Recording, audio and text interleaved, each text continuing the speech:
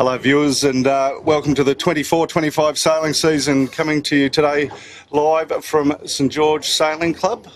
St George is going to be live streaming the 16-foot skiff club championship races this year, and this year the club championship is proudly sponsored by Riley Fittings, which is a great thing. A great long history name down here at Georges River, and St George Sailing Club in particular.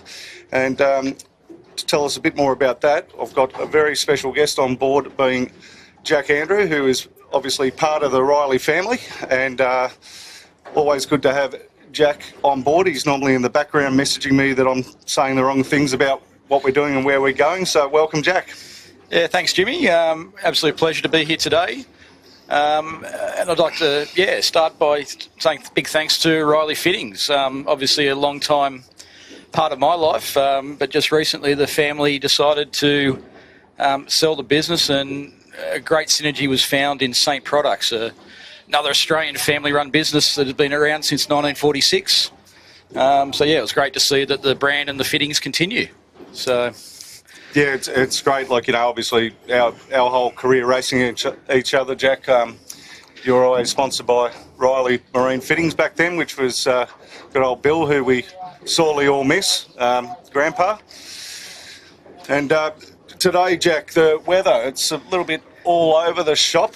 Explain where we are and what the courses are, and a bit about the weather. I'm just looking down to the south, and a bit of a rain squall passing over that way, which is, what's that, Cronulla over there? That's down at Cronulla, yeah. So today the committee has us on a easterly course. Forecast was for east 12 to 14 knots, sort of dying later in the afternoon. A little bit of cloud cover around, which is causing a bit of variability in both direction and wind strength. And we're just in a bit of a right-hand phase at the moment. But, we're basically on short course easterly, which is going to be 2 laps windward lewards, and 2 races today for heats 1 and 2. Tide is actually is flooding at the moment, running in, so it's going to be interesting to see how the competitors deal with that and how they choose which way to go to avoid the tide. And obviously, you being a local down here, Jack, we're going to be relying heavily on you to let a few secrets out of the bags for the mainly for the blokes from the other clubs, so feel free to get it wrong on purpose. We've got the current Australian champion Reigns from St George, being Sarah Lee, and this year on board her boat, she's Keegan's been kicked off, Pete Mackey on, and Kurt Warner up the bow, so that's good, and I believe they did a ton of work to that boat during the off season. Yeah, they certainly did, and it's good to see an upgrade there in the sheet with Peter Mackey coming on board. Big shout out to Keegs. He's probably off sunning his moth at the moment. Yeah, I've seen him come through late. But they've done Kurt has done a tremendous amount of work on the boat, and it looks in top notch. Once again, bringing on a new sponsor in Bosca Build. Another family special for the Riley clan. It is, yeah. Kieran Humphreys. Big shout out to Spesh. Hope you're watching, mate. And there is the Bosca Build, the new sponsor, right there. So it should be pretty quick, this race. 2 little laps, correct? Correct, yeah. 2 little laps. Probably talking about a 25 to 35 minute race. We like them. We like them. So this first race will finish back at the start line, or at the finish on the opposite side of the start boat. The second race today will be finishing back at the club, so a bit more interesting, a bit more adventure on the way home. Yeah, and can they get it a bit wrong from here around the corner, back to the club? Is it a possible trip up there, or? Yeah, look, it's a little bit of a soldier's course back to the club, but you can get caught up too high and under the lee of Pelican Point, Carter Island, and I think the centre of the river in the channel will be the way to go with the most tide. So we've got about 2 minutes 50 to our start here. And who's that there on screen with the old Botany Access mainsail? Mate, that's funnily enough, it's another family member. It's Dave Gibson. So that boat's called the Lenny. That was named after David's grandfather, Len Riley. David's been a long time. Was previously an 18-foot skiff sailor predominantly, and has rejoined the sailing fraternity after a bit of sojourning the cricket circles. And, he's got himself a boat and going out and having a bit of fun. So, good to see. There's all the teams up on screen. 11-teen with Matty Mulholland and Shane Lackey, Thomas Bryden. And on that boat, we can probably say a shout out to Amanda Smith, who's Matt's partner in life, and she's tuning in. She's working today down at Appin at the Celebrations Bottle Shop. So, g'day, Amanda. If you're in the area, go in and see her. Sure, she'll give you a discount. Yep. Tell her the camera cat said to give you a discount. It's not long here, about minute 45 off the start, and good little fleet we got down here now, and hopefully the numbers build from the club point of view, which would be great to see. Back in the day we used to have people sailing that club there in the background, the Georges River Sailing Club. They were sailing from there in the 16s and also from St George, so it's a bit splintered down here. All at one club now, and good to see. Certainly is. Now, we've got a bit of an interesting, because we've got a bit of right phase at the moment. Looks like it could be a boat end start. Most of the fleet racking up at the boat end. My tip today is going to be TTR Civil, Jimmy. I think they're primed, even though Phil's been a bit crook this week. He said he's here ready to go, so and he's got his target well and truly on Boscabild. Picked it early. Yep. Is it just for the first race? Just for the first race. We'll see how they go. Yeah. No worries, that's how we like it. Reserve the right to change that tip halfway up the first work as well. Well, I like the boat. We just got AP. The boat below them being the Tagara is would be my pick, other than with Tommy Cloud at the helm without if we take Boscabild out of the mix, but there's no denying Boscabild will be quick. Yeah, look, Boscabild's probably the form boat at the moment, and definitely the one to beat. So, but I think I wouldn't put it past either of those guys to really give them challenge Boscabild and worry him. So it looks like the race officer is, I think he might be looking at changing the course even potentially. So maybe even going to a southeast course.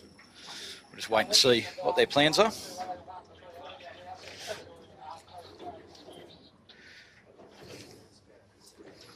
It's another one of your family members, your brother up there on the bow of the start boat that's on the radio that you can probably hear in the background. Yeah, the RO down here. That's right, yeah, my brother's the race officer. There's a few more down here, but we won't need to go through everyone. A shorter list to go through who isn't related to the Rileys from down here, isn't it? That's right. They're called the lucky ones.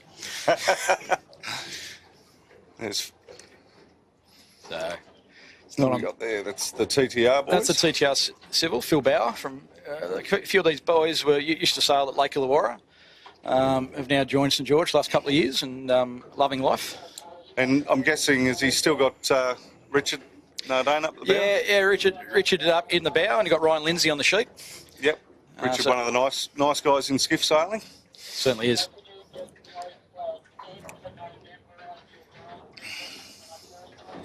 So Ryan Lindsay on the sheet is actually the R in TTR. So that's his family business, TTR Civil. There you go. So the beach modifiers during the Nationals. Correct, yeah. Very good. That boat in the background, it's the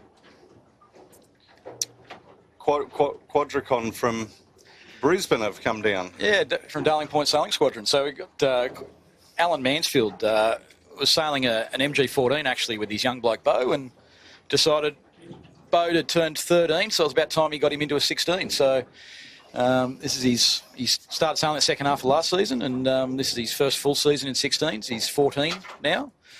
But yeah, so Beau steering, Alan Mansfield on the sheet, and Barry Flanagan in the bow. Alan and Barry are both former locals who moved up to Queensland, so it's like a homecoming for them. And is this something we're going to see regularly, or are they just down for a bit of a tune-up and pick up some gear? And yeah, a bit of a tune-up, bit of practice against some different boats on different waters. Give Beau a bit of exposure to different types of sailing. I was speaking to the Foradan, Barry Flanagan, and he's quietly confident today. He said, they're happy for a sort of mid-fleet result, but more often the main thing he's looking for is he reckons he can beat the Tagara. He's got his target set on Sam Monkhouse on the Tagara. Jeez. So he's Going long straight away. So, but looking at the size of that young bow, I think his weather conditions definitely playing into. He'd be the only skipper lighter than Sarah Lee in the fleet, I'd say. Absolutely. Yeah, it's be good down here today. I'm just certainly. Once again, a good backstory there. Alan Mansfield, his father Barry Mansfield, is a former life member. Well, the late Barry Mansfield, life member of St George Sailing Club, and former Commodore as well. So yeah, it's good to see these families staying connected with the club. Yeah, it's one good thing with it's a bit like the Belmont Club, really, isn't it, Jack? The river clubs down here have got a long and deep history, and don't have to have that if you want to go get yourself a skiff and come join the club. Everyone's going to jump in and help you out and make you feel very much so part of the family. And if you play your cards right, you could marry into the family probably. That used to happen back in the day, not so much nowadays. It's good to spread out the gene pool a little bit more. Yep. Now, a boat that's not here on the line today, the Tribeca, had a bit of a issue with a few things. And what's the latest updates? Have you spoken to Junior? Yeah, so Tribeca, James Turner's boat, doing a bit of remedial work on it at the moment. They might have left it a little bit late for the start of the season, but they should be on the water in the next couple of weeks, hopefully. But yeah, they're roaring to go as well, because hopefully the works they do on the boat should make it a nice, quick boat again. There's the new Vice Commodore sitting there in the middle, Shane Lackey. Yes, the male model from the Shire. The male model from the Shire. There you go. You learn something new every day. Was that when Gilzo moved out of the Shire? When Gilzo moved out, when Wilco moved to Belmont, we had to find a replacement, and Shane Lackey was it. Shane won. There you go.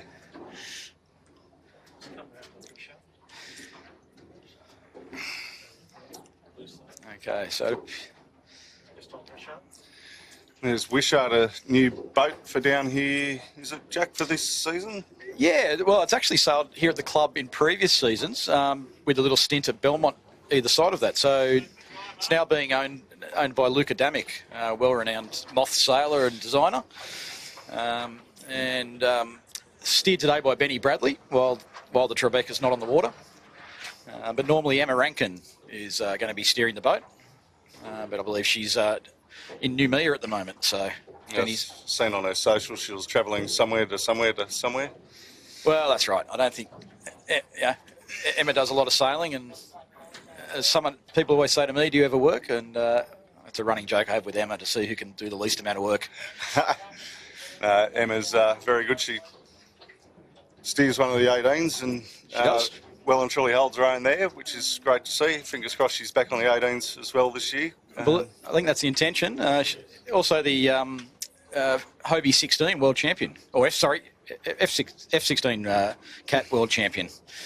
So over in Lake Como earlier this year. So quite a good little sailor. It would be a tight battle between you two then, Jack, if it's a case of who does more sailing and less work. So just give you an update on the where we're currently situated as far as getting the race underway. The race committee have currently flown the abandonment flag, so it looks like they're abandoning the other classes potentially. And the breeze has shifted right round to the southeast and even a little bit more south in it. So we could be picking up stumps here and moving to a different course location. Remains to be seen, but so apologise for the delay. And there's a complete new team on screen on board Noakes.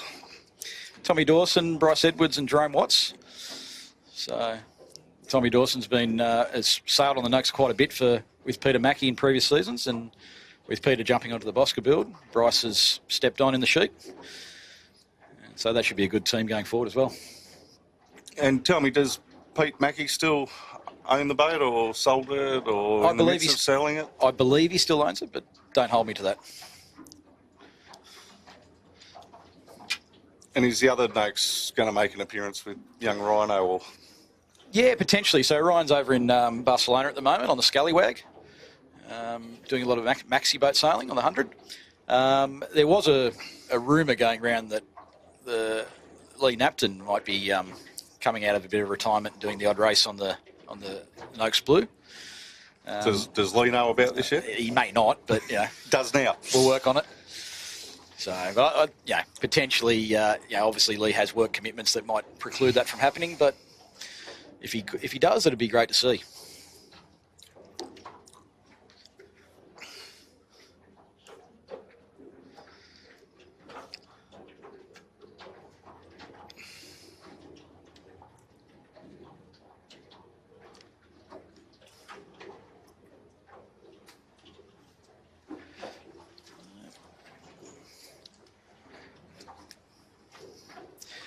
So the boat on screen at the moment is actually my old boat.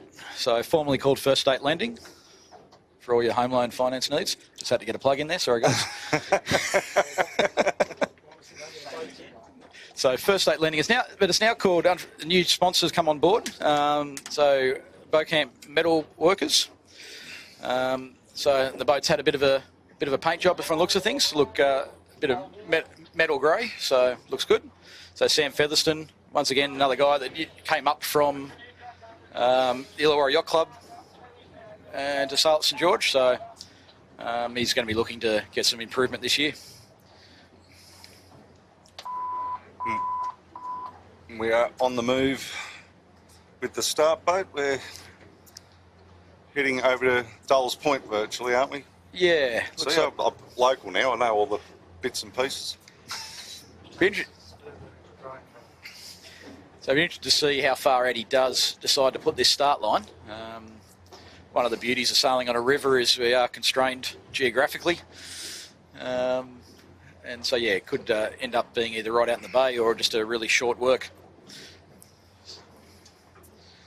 So the start boat there, the Old Bill Riley it's called. Quite a fitting name for anyone who knew Old Bill. It's quite similar in shape. I guess you can get away with saying that. I can get away with saying that. He's my grandfather, so.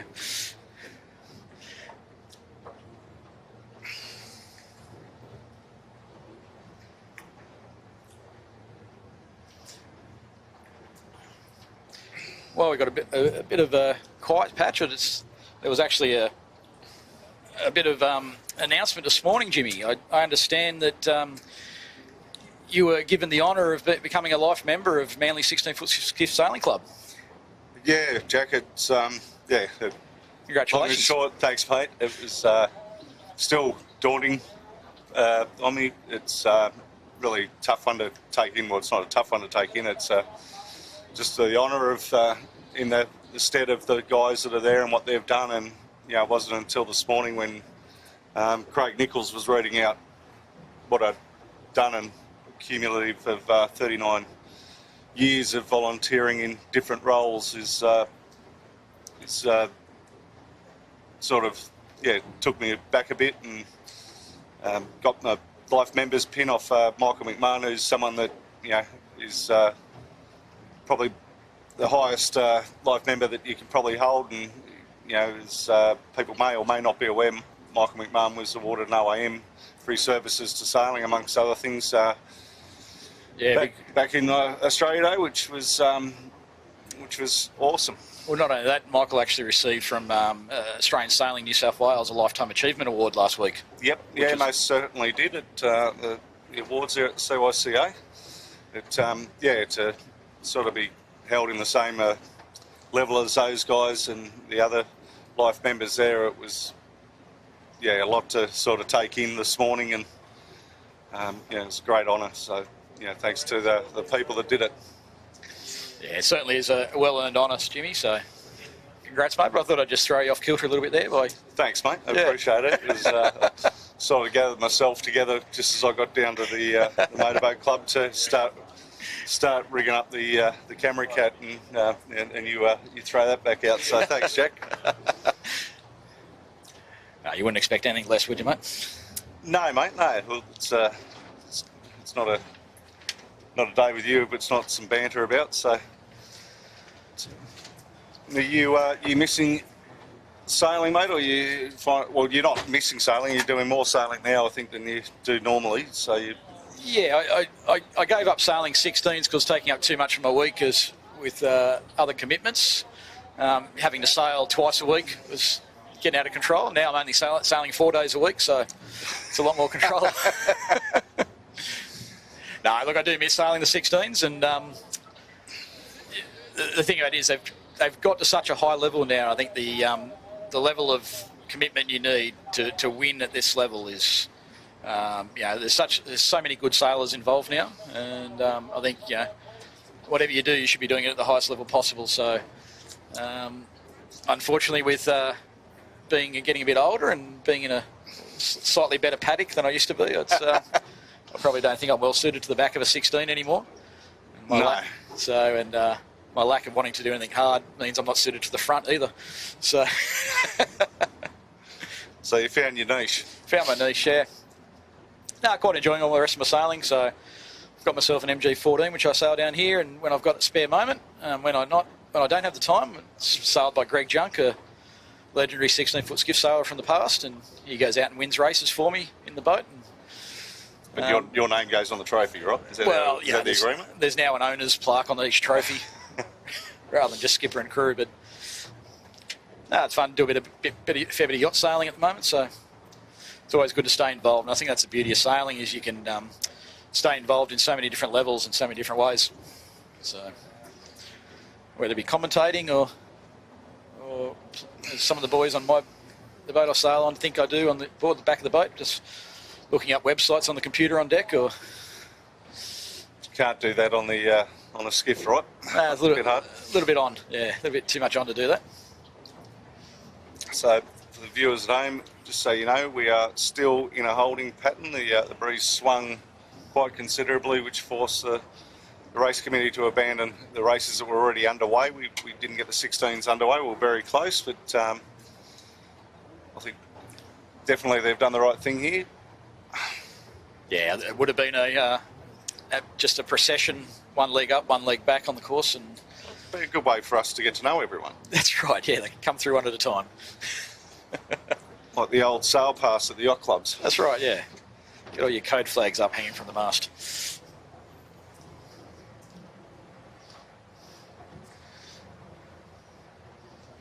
It will be interesting to see what the committee does now as far as start order of the fleets. Hopefully for the viewers at home, they start the 16s first and get us underway.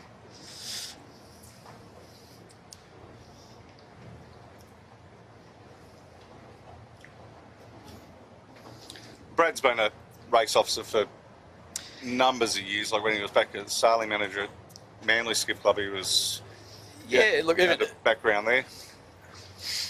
Even before that, so I think he's been either a national or international race officer for the last 25 years. There's a little break in the middle there where he decided to run a fishing shop and coffee shops and things like that up the North Coast. But he's back now. But yeah, he goes back as even volunteering at the Olympics on the sailing courses. So he's certainly well experienced, and yeah, he'll make sure that the fleets get a nice fair race.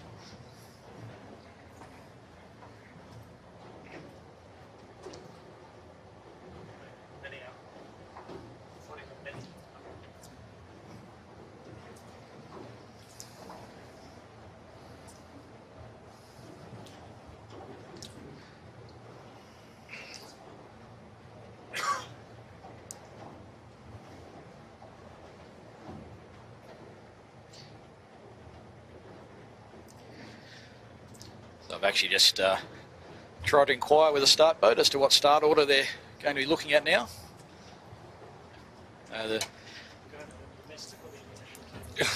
There's always... Chits has just asked for the people at home. He just wanted to know if we're going to the domestic or international terminal. I think we're actually going to the container port. I was just going to say, having multiple fleets with the different types of boats can be a blessing, but also can be a curse. And when we have situations like this where the breeze is not playing ball, it can get a bit congested and a bit, the sequence can stretch out a bit longer. So it certainly is. Look like there's a bit of rain looking over to the east. So we could end up out here, and then the breeze might shift back to the east a little bit out here. So who knows what's going to happen.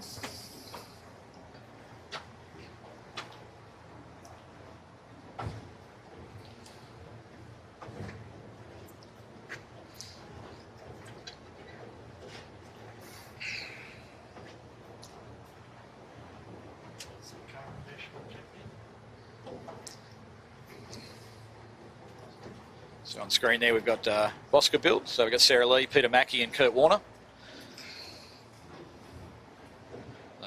Pretty much the benchmark at the moment down here.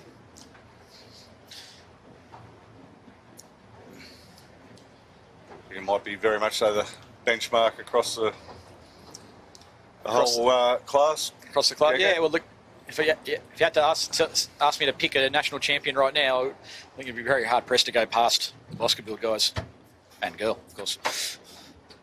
Team. Wrap it up. Yeah. Wrap it up into one. They're a team.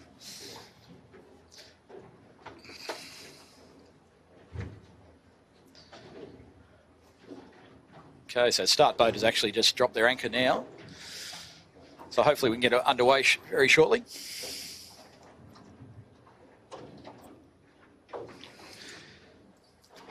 So effectively it looks like the top mark might be in quite a similar sort of position as it was originally. We just swung the start line around to the north effectively.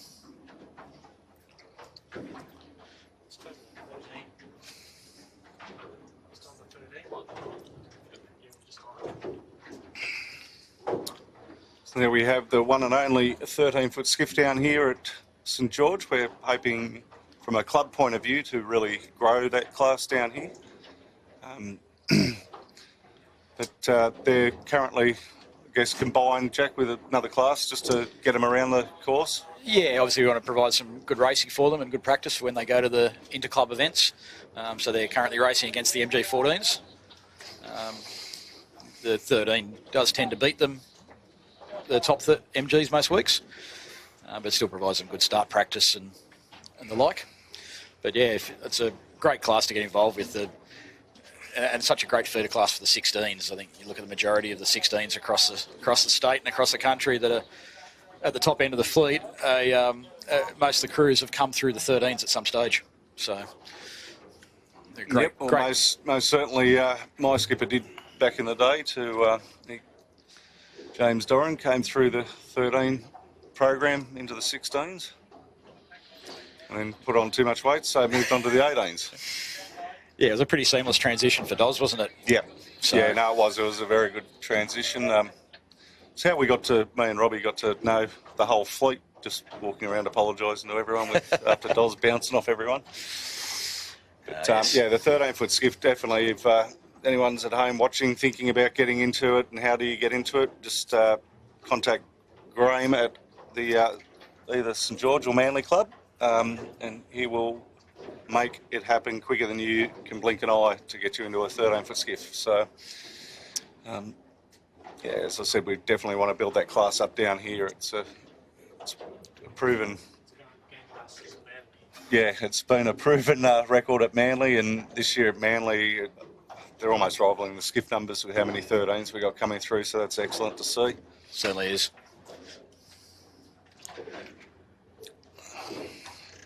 So the start boat there, as you can see, they are just making sure that the ground tackle is holding firm, and then they'll get some transits sorted and hopefully get us underway. It's actually going to be quite an interesting race course here, right at the mouth of Botany Bay, where George River joins Botany Bay. The tide's flooding. It's with such a large expanse of water going into a narrow river, there's a lot of different ways you can go, and the tide does tend to bend around the bay a fair bit, and picking the right time or the right course is going to be critical in this sort of location. It's not like, just looking around, like, obviously I've sailed down here a bit, not as much as you, Jack, but, I always notice the local boats, I know exactly when to tack, and, you tack inside them thinking, oh, that's the right thing, and you run aground, you know where the sand spits are down here. But there's not, like a lot of it, there's nothing you can take a transit off. So how is it that you guys figure that out, or you just Look, a lot of India? It's growing up sailing here, you do get to learn it, but unfortunately the sand does move around a fair bit. I think the key thing we all know that when you run aground with sand, as long as you're not going too quick, it doesn't really damage the boat too well. Too much, I should say. So yeah, it tends to be if you're going into a shore, especially upwind, the rule is usually if you hit your tack. Well, yeah, I've worked that much out. Even as a sheet hand, I've worked that much out, mate. But yeah, like as especially just to the right of the screen there, where what do you call that tower point there? Yeah, that's right. Like I've seen some boats go almost bow pole onto the beach in some spots, and blokes that are further out, they run aground. I can never figure it out. Yeah, look, it is a little case of who dares wins. There's no real way of knowing it other than getting out in a boat every week and testing the depths. But it's just about using your experience and knowing what the tide is at the time, knowing how much water you got under you. So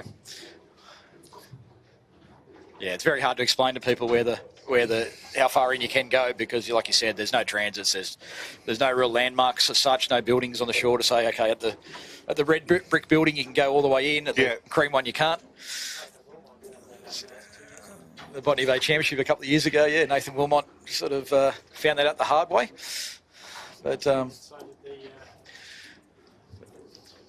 many people have unfortunately come across it, especially down sort of closer to St George Clubhouse, where there's a few more sandbars, including the middle flat sandbar we've seen in the past. Many years ago, that sandbar used to actually come out of the water at low tide.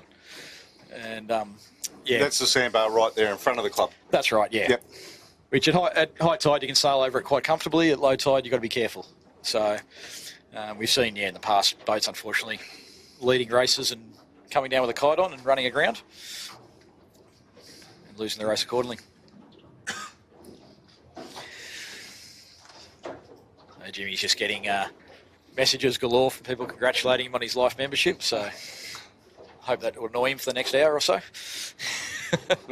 give you a break from annoying me for a day, Jacko. But no, it's good. Hopefully we'll have Jack on here for the season for down here. Very handy to have a bit of local knowledge on board. I don't know about knowledge, but local, yeah. You've got more knowledge than me down here, mate. They'll give you that. It's during the Nationals, we're getting told, even when we had Greg Junk on board, that the info was saying is wrong, and I'm like, well, I'm sort of going, well, Greg Junk to me is a guy I looked up to when I was got into this class, and he was definitely one of the A teams back in the day. Yeah, he certainly was, and he still could cut it with pretty much 95% of the fleet, I believe, in the 16s. He's an amazing sailor for a bloke in his 60s to still be as fit and competitive as he is. And that's why I trust him to just take my boat whenever he wants. So, why wouldn't you? Yeah, exactly.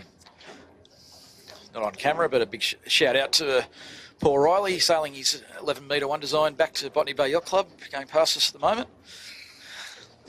So I told him I'd give him a shout out on the live stream, so there it is, box ticked. Now he's got to sit there and watch it all the way through to figure out when it was set. Yeah, exactly.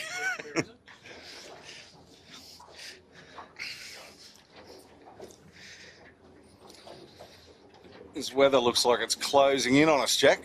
It's sort of limits operations.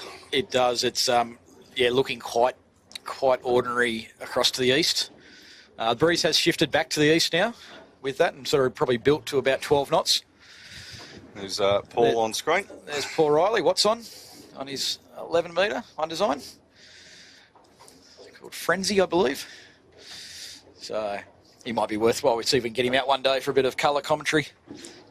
Once again, another bloke who knows these waters very well. I feel like none of the Riley family went to school or anything. They all just come out here with old Bill and taught how to sail, and why wouldn't you? They weren't raised by old Bill, they were raised by the club.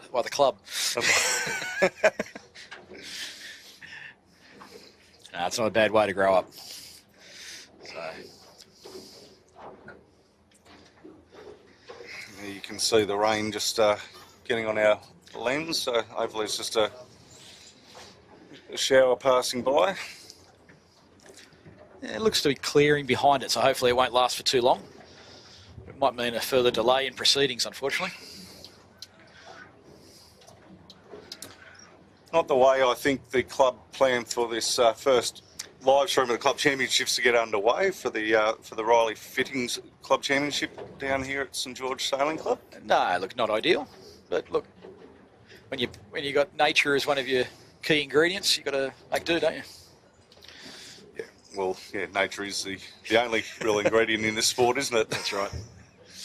Have you been catching much of the Youth Cup? And I thought it was tremendous, the youth AC. That was more exciting to watch than the actual main the 75s, having the fleet racing with anything could happen at any stage. I thought it was, yeah, sensational. So, congratulations. I think it was Luna Rossa Prada Pirelli who got the youth championship. yeah, and well, you can say it wrong because the commentators from the AC were getting it wrong. They were calling him the Red Bull at one stage, so you can call it whatever you like. It's not an easy job. No, it's not. Everyone's very critical of you.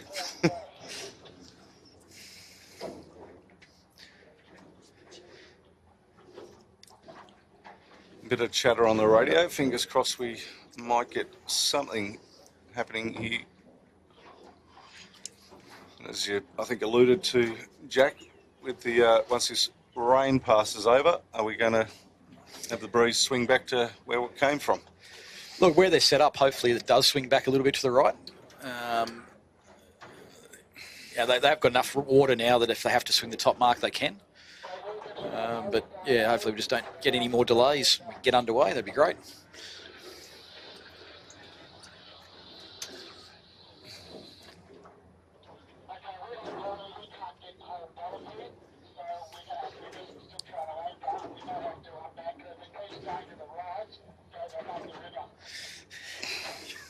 So just over the radio, we just heard from the race committee that having a bit of trouble holding anchor with the tide the way it is, with the current location, a lot of silty riverbed where they are. So if it does go back to the right, we might end up back in the river further down towards St George Club. So no doubt thrilling viewing so far. Thank you. Finally got that out. Burn peas out before the end of the before we get underway.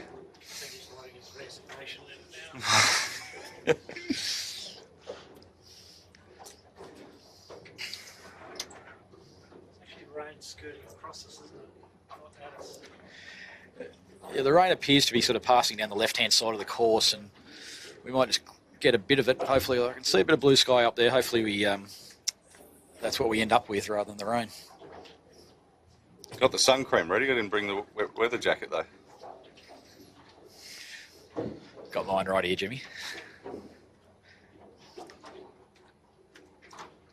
Once again, glad we're not on the old camera cat. It's often the talking point of this What? one where we get to sit inside and it's all very nice. Very nice, yeah.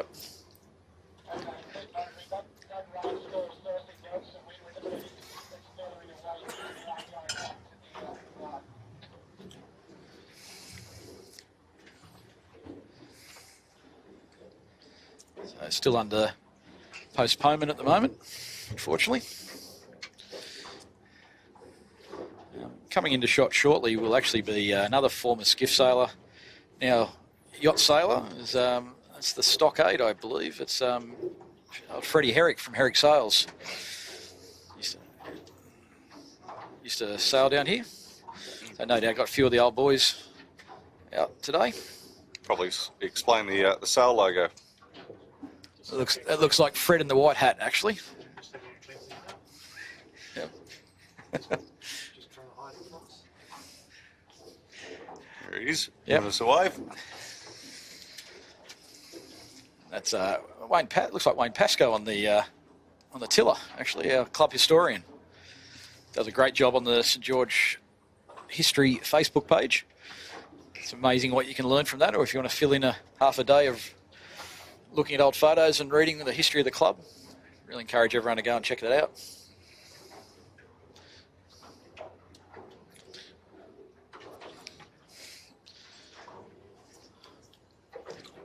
Looks like the rain's cleared a little bit and the start boat has just dropped anchor again.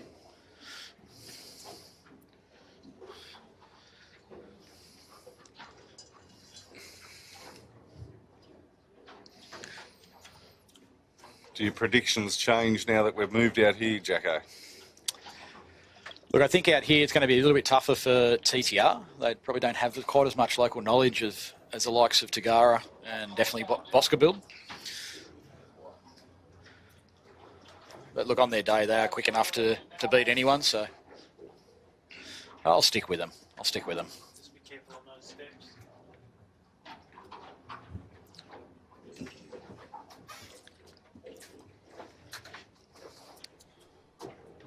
Just giving the lens a wipe to get some of the rain off it. If you're looking at home, it's not your TV's going crazy. I'm going to go to you guys now. Smile. This is what it's like in the nice rain outside, beautiful inside. Yeah, I'd much rather be here than out there at the moment. Yep. Thank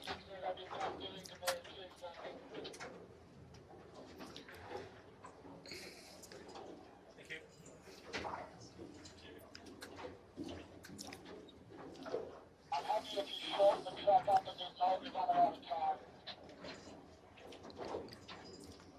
Here's one of the international moths. Who's that one with the Artemis on the side of him? That'd be Greg Kennedy.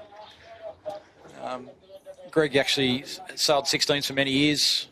Used to sail with the late Jamie Roberts at times, and I believe also might have sailed with Peter Mackie actually one year or two when the Brighton sponsorship first really kicked in back then.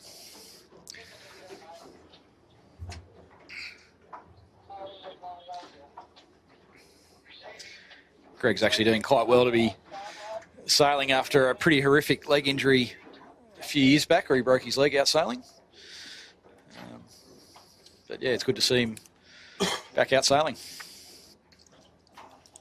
It's good to see anyone out sailing. It's it is a sport that people think is out of reach for a lot of people, but you can get into skiff sailing or any sailing really relatively easily.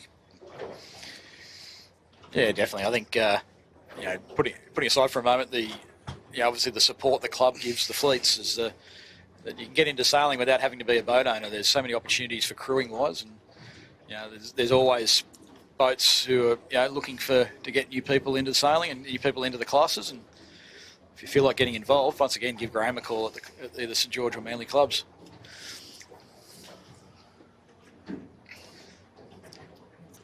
Or better still, I'll give you a minute to go get a pen and a bit of paper, and I'll give you his email address. I won't give you his mobile number.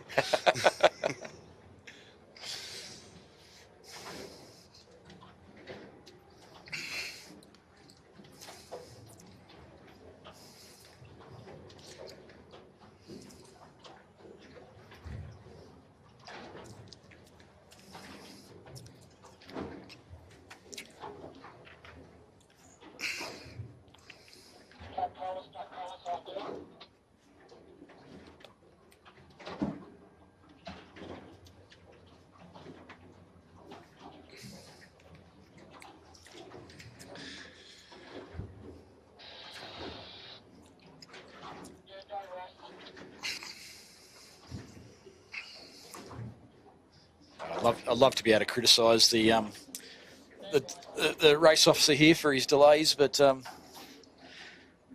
being my brother, it's a little bit tough. But Well, you can be twice as critical then. I can, but No, it doesn't matter what club you go to, Jack. As you know, it's an absolutely thankless job. Being the RO, and everyone will tell you how you're doing it wrong, and a lot of people have walked away from volunteering at certain clubs over people offering their opinion instead of just sort of thanking them. And same with all the volunteers. They it is exactly that. They are volunteers, and they give up a ton of their time to do this. And you see them out here on the water, but there's so much off the water that they do to make this all happen for everybody. So yeah, certainly it's actually quite surprising. Most of the volunteers get down the club before nearly all the sailors to start preparations for the day's racing, and the amount of time they donate to the club and donate to the sport is quite incredible at times. So it's certainly rewarding as a volunteer. I have done a little bit of that myself. It's amazing what you can learn about your own sailing when you can sit back and see how the committee actually have to run the races. One of the most enlightening things was that first day I jumped on a start boat and saw the pressures they were under and all the considerations they take into account. So, yeah, well worth anyone if you've got the opportunity to jump on a start boat or even a mark laying boat, please do so. It'll help your sailing no end. Didn't help my writing, that was for sure. Your brother Brad got me on board as an assistant to take down the finish times and whatever, and it was like the lasers or something which had like a 10 number sail number, and it was like that it was really helpful. Thanks for that. But got a few wrong, but fortunately Brad had his little dictaphone thing that he used to have back in the day and recorded it all, and we sorted all that out so no one was disadvantaged because of my slow riding. Yeah, well, that's why when I do it I use a computer. Yep. Much easier.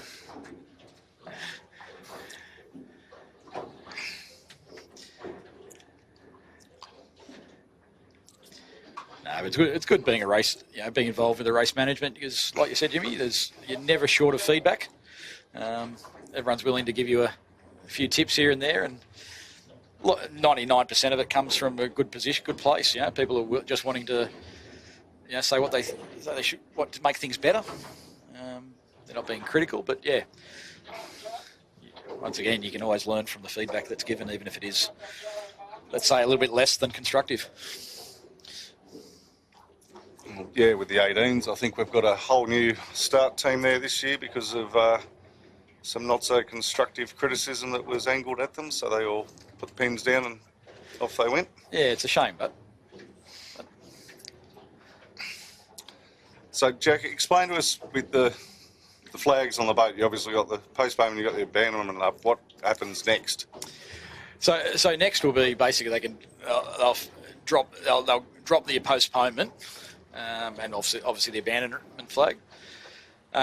Shortly after that, no less than 1 minute, they'll go into a sequence. Now, I'm not sure what class they're proposing to start first. Hopefully, as I said earlier, in 16s. But yes, it could be underway as soon as a minute after the postponement flag is lowered. So we're into sequence anyway, a minute after the postponement flag's lowered. At the moment, the breeze is just shifting around so much that it's very hard for them to get a line set, and let alone a whole course.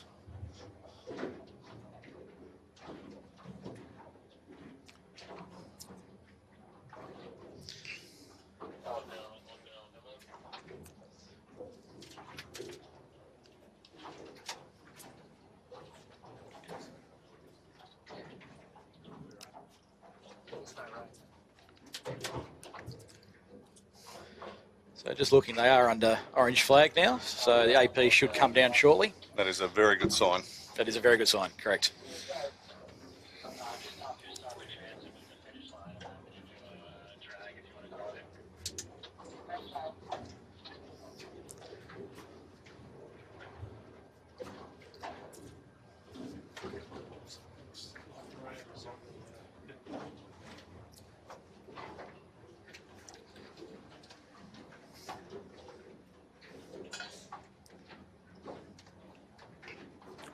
So, looking where they got the start line set up at the moment, unfortunately, it looks like it could be another boat end start. Be my tip early.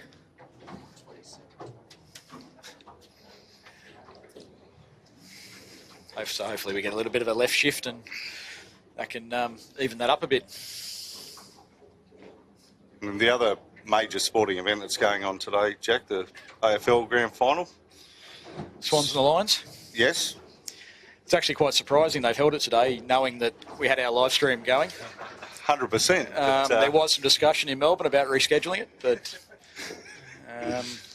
they decided to roll the dice and go with it anyway. But Pretty similar to your numbers. so wait to see for when the ratings come out to see how we go, Jimmy. See if we can. Okay, so it looks like we're going to be going with the 16s. Is our first start, which is great for the viewers at home. The boat that just went through his shot there, so far so good. It's another family member, Jimmy. Of course. So of course. My sister steering that boat. Shannon. So tell me, Jack, if I get pulled over by the police down here, is it a good opportunity to use the Riley surname to potentially get out of it? Is that what you're saying? It's probably not. No. Although my grandfather was quite good of getting out of trouble with the police back in the day. Through a bit of constructive arguments made. And so far so good. Actually, it's another sponsor, James Turner's sister, actually. So we're about to get rammed by another boat. That's okay. Cleared now. Okay, so AP is now down. So hopefully we should go into sequence in a minute or so's time.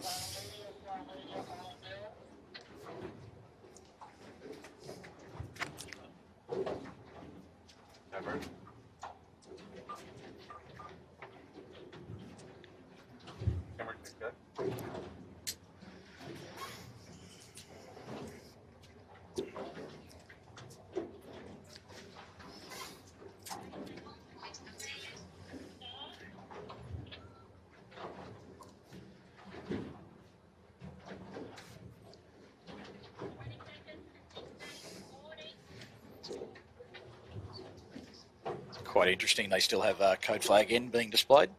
I was just about to ask you that, Jack. Is that... It's not standard procedure to have that up during a sequence. I think they've had a bit on trying to rejig everything, so...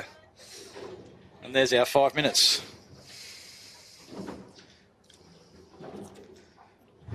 So with them dragging them this far out in the bay, Jack, they're still going to finish that second race potentially down in front of the club?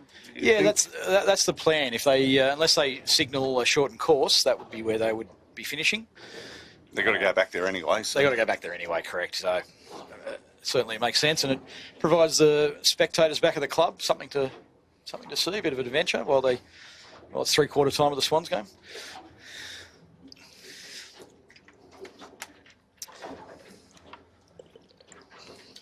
Okay, so we actually look like we have got a little bit of left in the breeze right now, so hopefully this is a nice fair line and we should see a good little race up here.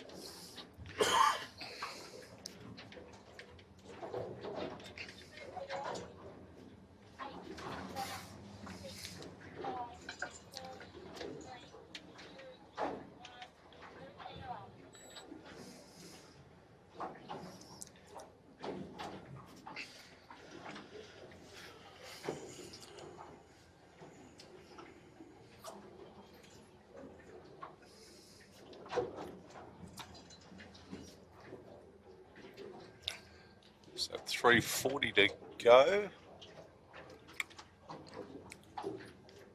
Just trying to locate the top mark.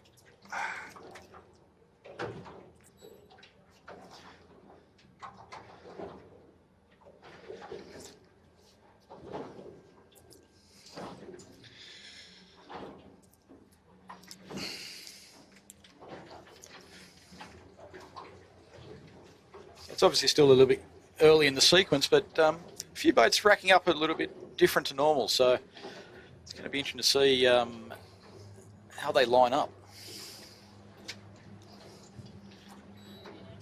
A lot of boats seem to be hugging the pin.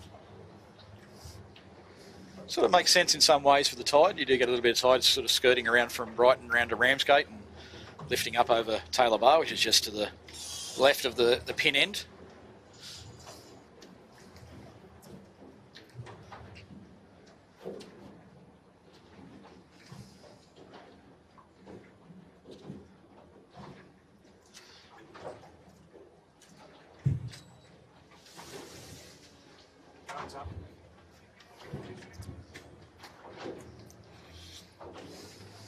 Unfortunately, it looks like we might have another rain squall coming through. Hopefully, doesn't sort of affect things too much and the race can continue.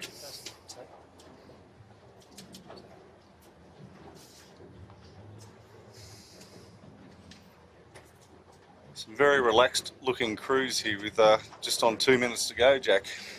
Yeah, I think with that sort of postponement, that delay, it puts everyone sort of a bit more relaxed, and it takes a bit to actually get some of the guys back into race mode. So usually the 1 minute gun does that. It's one of very. There's a look from the pin. It's one of very few sports, Jack, where you don't go warm up, then go out and do your sport. You know, like you think of football and that, you do a lot of warm up stretches, whatever. Here it's straight into it. Yeah, look, in the past there used to be a fair bit of warming up done back at the club before the race. Not so much to stretch the muscles or whatever, maybe just the bicep, but a few pre-race settlers, not so much done anymore. Wouldn't be surprised to see a few port hand starts here, looking at how some of them are racking up.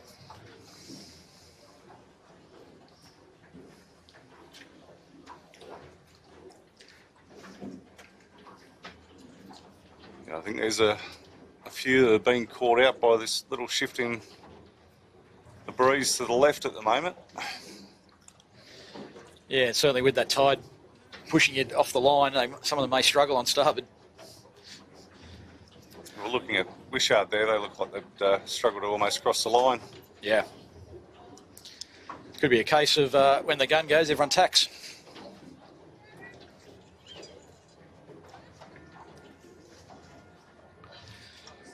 Unfortunately, AP'd again.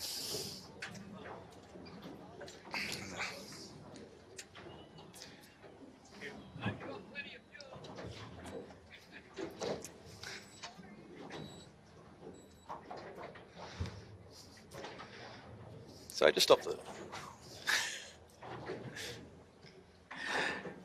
Just having a look off the start there, even though it was AP'd, Noakes looked quite good off the line.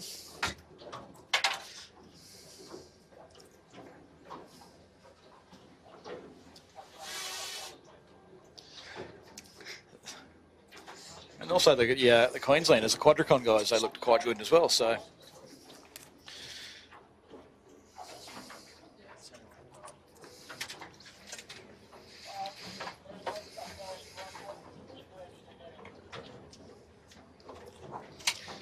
At least it makes the guys from Queensland's trip down worthwhile. They're certainly plenty of sailing in. getting their money's worth. Yeah.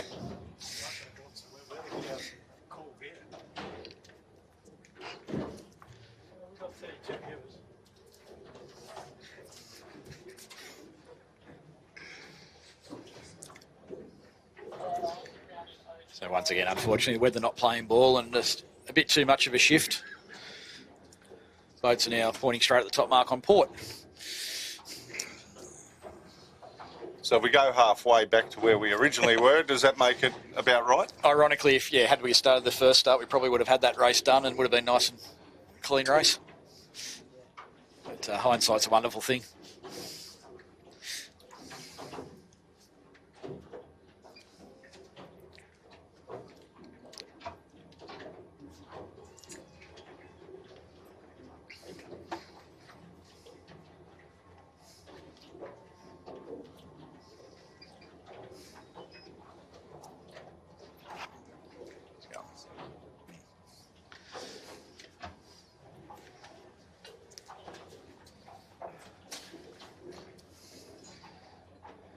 The so far so good. Shannon, Natalia and Dan. This is their second season? Second season, yeah. Looking at that boom that's on board, dare say that might have been an old Clint boat from back in the day. Would I be right in thinking that? I'm not sure of I think so, but the boat when she bought it was the Knighton Group from Belmont, which Tom Burton was was sailing a couple of years back. So once again, from the support of the club, it's allowed Shannon to get back into the class. I think the last time she'd sailed at 16 regularly before that was when we were four-handed back in the early 80s. Oh, so, not that long ago. Not that long ago, no. It's great to see her back, and she's loving it.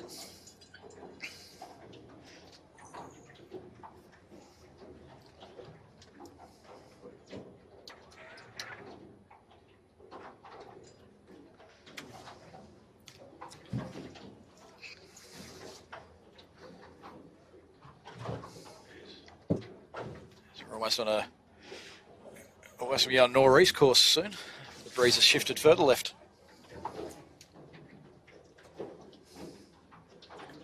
Round and round it goes.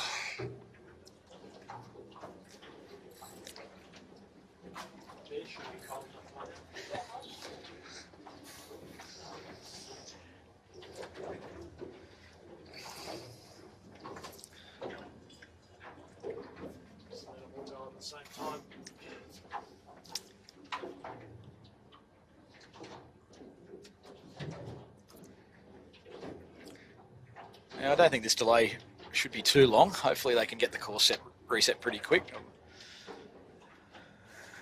It's just a matter of the breeze playing ball and staying in the one direction. Do they often have a club championship this early in the season down here? Not traditionally, no. It's earlier than usual. That's potentially why the breeze is so inconsistent. This time of year, you're usually expecting a nice fresh westerly. Yeah, it's a good way to get back from the off season and have a westerly or two just to really sort you out. Certainly is, and always a trouble when the wetsuit's shrunk over the winter, and yeah, you need to get it out for the cold westerly breeze. Yep, I had the same cupboard. You got that cupboard from IKEA where you used to keep yours? The drying cupboard that really dries out the wetsuits nicely, and they do tend to shrink a little bit. Yeah, most definitely shrunk a bit. Yeah, every year it seemed to happen. So, but funnily enough, your boots never. Well, you didn't wear boots, did you? No, I wore boots. I'm old school. Yeah. Not like the kids of today, where if you want to be anyone, you got to sail barefoot. Yeah, but boots never shrunk. No, boots were always good. Yeah, a bit more reinforcement in them, so they held their shape a bit better. Right. There's the quadricon on screen with young Bo Mansfield steering, 14. Sailed against him last year in the MG Nationals up at Darling Point, and the first thing you learned about getting into 16s was you have to have a bit of banter, and you got to hold your own in the rigging park. So he's going to go far. His old man used to be pretty good at it, so his old man still is. Yeah. There you go.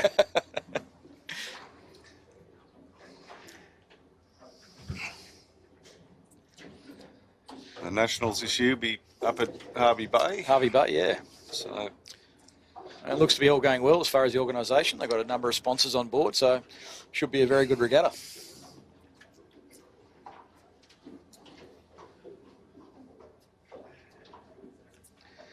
Looks like our sailing manager alongside the start boat giving some advice. Always helpful.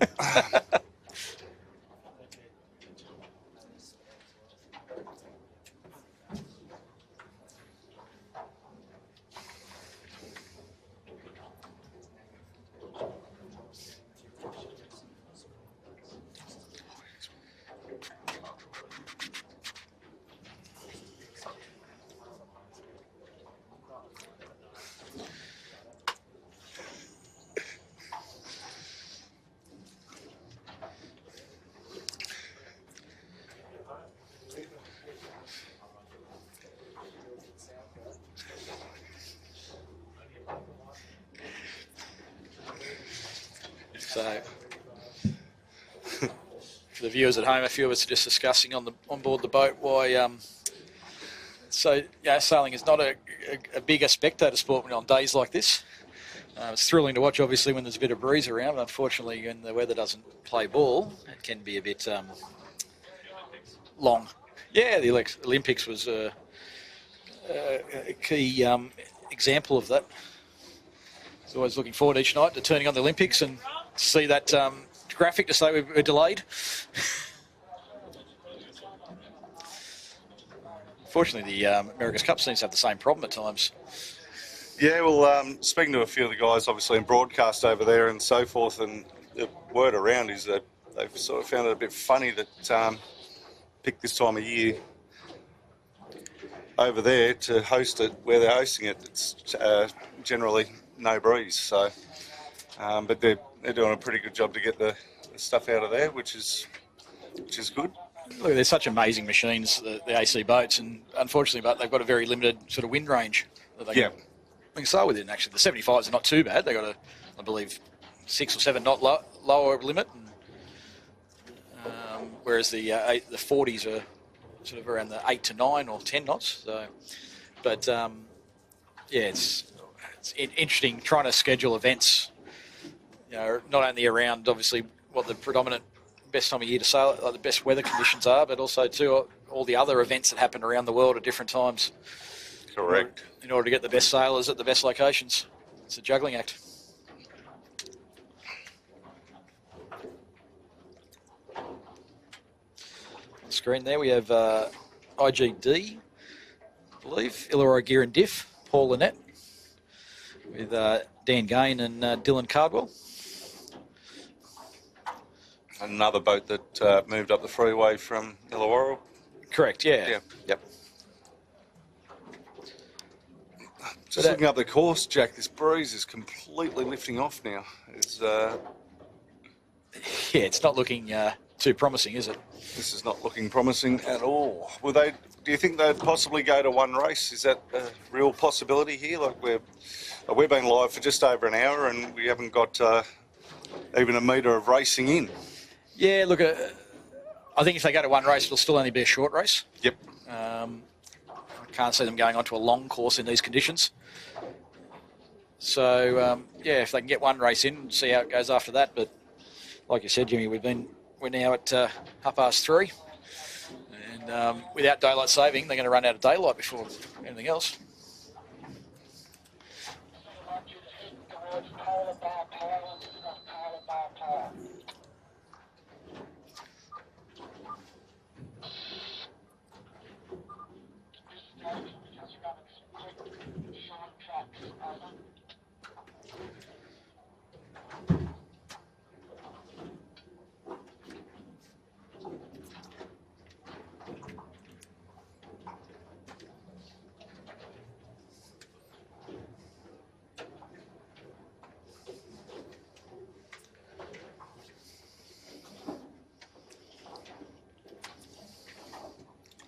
So again, for the viewers, if you are just tuning in, we have been under that red and white coloured flag for almost an hour now, which is the postponement flag. The breeze is not playing ball with the Riley Fittings Club Championship here at St George Sailing Club today. So we're just tuning into the start boat. They're trying very, very hard to get this underway.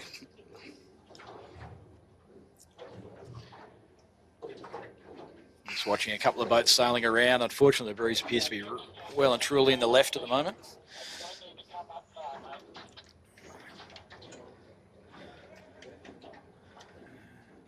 If it stays in that sort of position, it's going to be very tough for them to get a course in because of the proximity to Taylor Bar.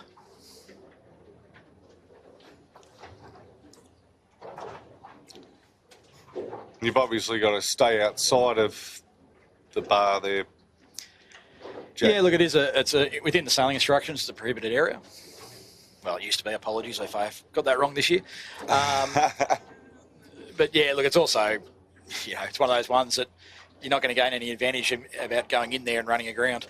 So it is quite shallow. Once again, it moves around a fair bit. There used to be a bit of a channel running through along the beach, and a lot of the old guys just take great pleasure in shortcutting it through the channel because they knew where it was, while other boats would run aground either side of them.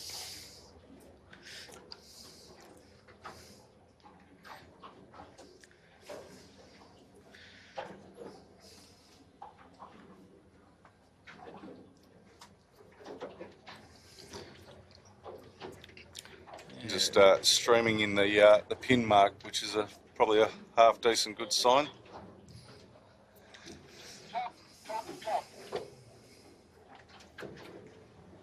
Brad's got to work on his drop of the pin. He needs to have a chat to Dennis Thompson, maybe. Dennis Thompson, absolutely the best in the business for the drop.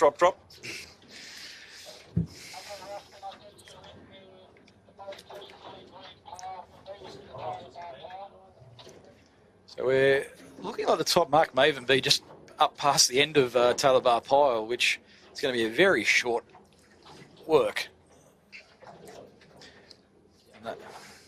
And they may well do a change of course to extend the bottom mark. To try and get us back up in the river a bit. Yeah. And then the breeze will go breeze back will change to the right. Again. Yeah, that's right. We all know how this one works, Jack. Played this game before.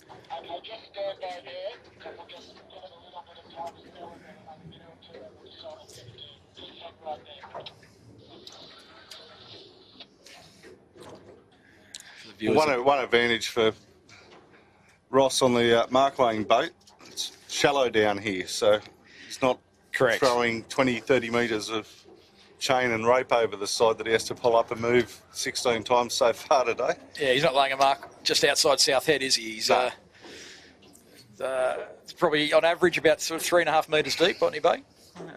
So yeah, there's the odd hole, but more often than not, a 5 metre anchor line's all you really need.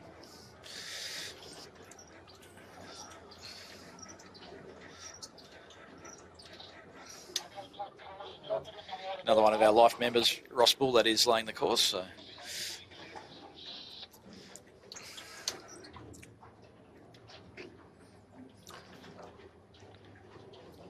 Had the joy of the life members lunch back a little while ago. I found myself sitting at the table with him and Wayne Pascoe, so I got very animated very quickly with those boys.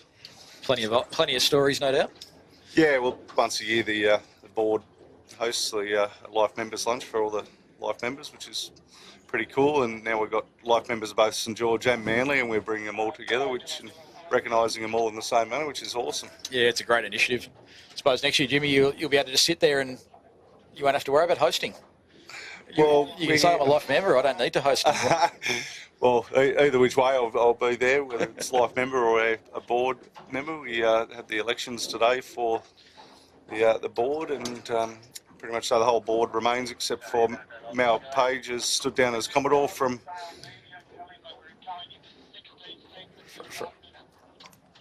Yeah, Mal's still down as Commodore, replaced by... I've just had a mental blank, apologies.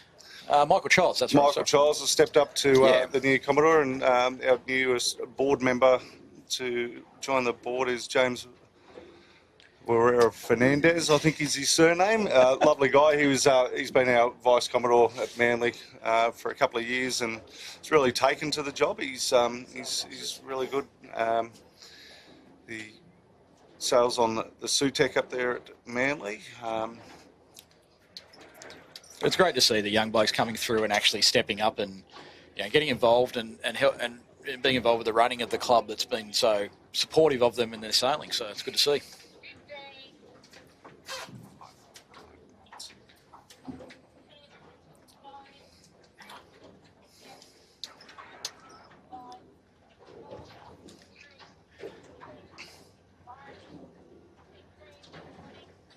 Now, while we've been talking about that, we're actually, we missed the AP going down. We're now back in sequence. So still a bit of rain around, unfortunately, but looks like the breeze has settled in enough for them to get a start away, hopefully. Fingers crossed. Fingers crossed this time. Maybe we go to a 1 minute countdown and we could get some racing. There we go. Jack. I like it. I like it. Innovation.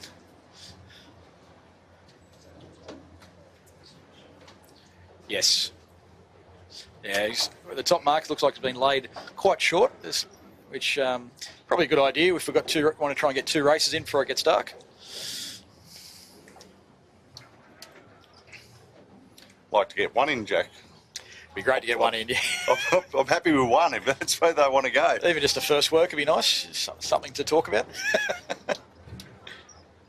There's 4 minutes. And we'll endeavour to get that that lens cleaned shortly. It looks like the rain is sort of lifting off. Only light sprinkling now, so which is good. I think there might be the odd sailor in here not really worrying about whether the breeze shifts or not. He'd be asking the race officer to just send us. Once again, all great feedback for the Always solid feedback. for the race committee.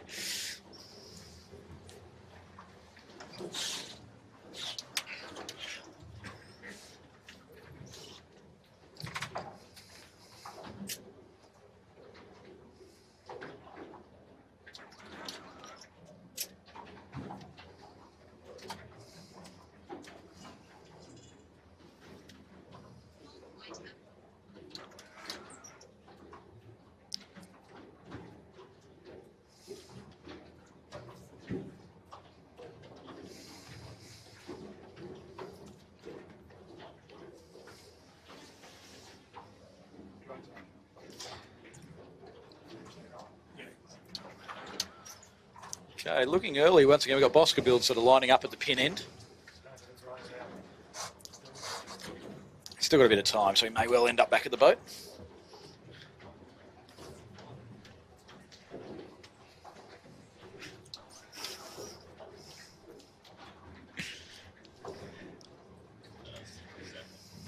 So one thing, Jimmy, down here on George River and Botany Bay, we don't have as much traffic as you normally get on the harbour.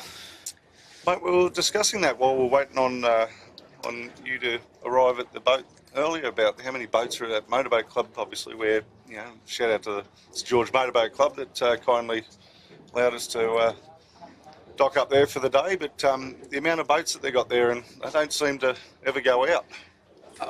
Pretty much not on days like today, unfortunately. But they don't tend to get out. But beautiful day. But yeah, unfortunately, it doesn't give us a lot of boats to sort of join the club. As the Kumquat Club, as shippers would say. I think Shibbo's already been down through here and cleaned them all out. So Shibbo's is still overseas and will be joining us back for the 18s for this year, which is great.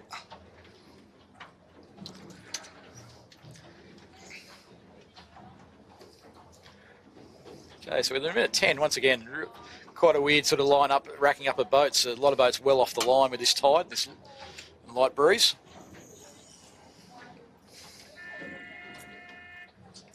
When we were talking at the beginning of the week, we were hoping for the nor'east, the infamous nor'east tide, with the tide down here that has sunk many a good people. Unfortunately, we got the complete opposite. I know. Can live in hope. We've got 5 more coverages down here to hopefully have something like that come to the foray for us. I'm sure we will.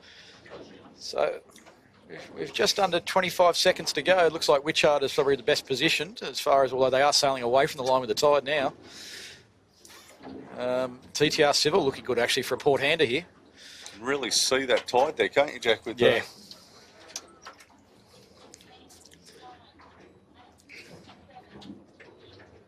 So don't be over. And we've got a clear start. Clear start. So good stuff. The Lenny wins the start. With Greg Patterson steering for Dave Gibbo on sheet. TTR Civil was the as far as the top end of the fleet, probably the best start there.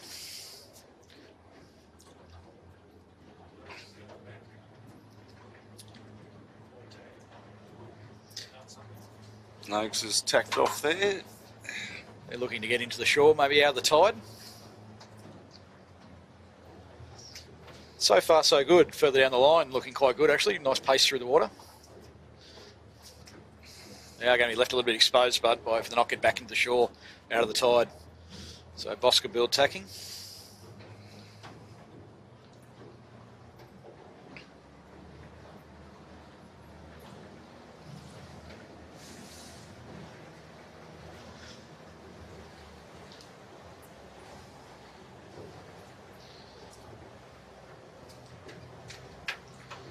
See TTR just lifting up nicely there a second ago. We can see a bit more, maybe left shift.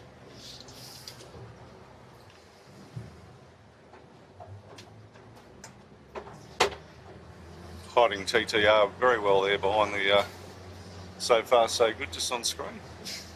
You were only doing that because they were my tip, weren't they, Jimmy? Yeah.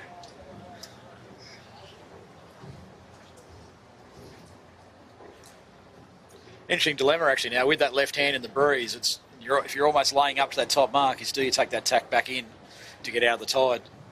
CTR obviously have just done that. And they just appear to be going backwards at a rate of knots once they do. Right at the back of the pack there is a Illawarra Gear and Diff, which they're watching this back. Just a little bit of input is probably ease a ton of vang off. Quite close that leach, yeah. And don't, in this lighter breeze, don't be wailing on the main sheet so hard. Try and let that thing breathe. Back here to the lead pack, and Wishart is putting on a pretty good set of heels here. Jimmy, I think the boats out to the left now, the Noakes and the Tagara, are actually made real big gains. Yeah. They got a bit of a left-hand shift, but also a little bit less tide where they are. They are on screen.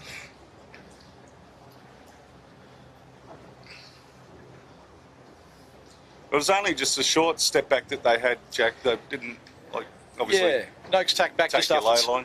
Noakes tacked just after the start, and probably only went about 20 seconds, and coming back, but just did enough just to give them that separation and that little bit of clearance on the tide.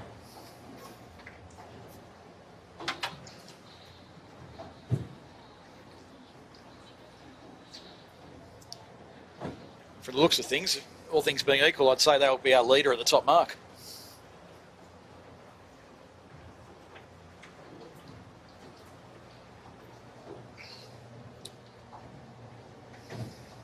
It is looking quite light, but isn't it? Yeah, just looking up the course, Jack, it is looking very quiet.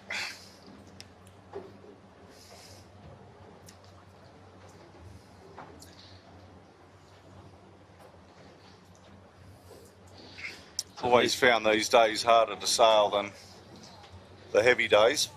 I don't know why. I don't really fold up in a spinnaker bag very well. No, look, these days were never my favourites either, but a lot of it, I think, comes down to keeping your composure. You know, there's so many snakes and ladders in these sort of days that I think if you lose your concentration, you can fall back at a rate of knots.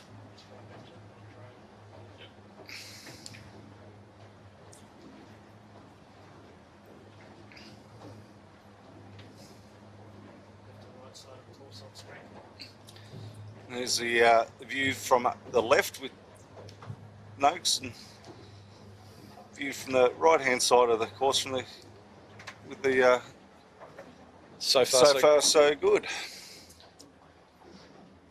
Although I think when Shannon tacks, it may not be so far so good.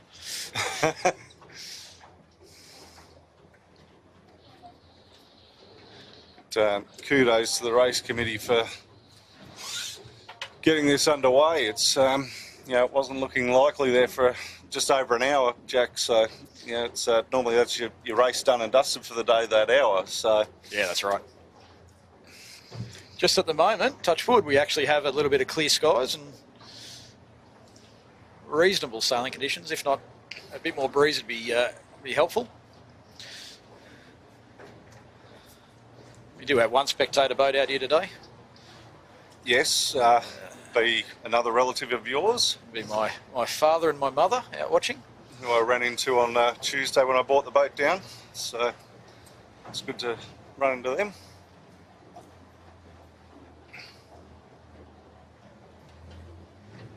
So Noak's looking very light now, and Very pinned, aren't they? They're just like, yeah. yeah. Crew forward hands are up on the foredeck, and it's so important to move your weight to keep these things going, keep the tuck out of the water.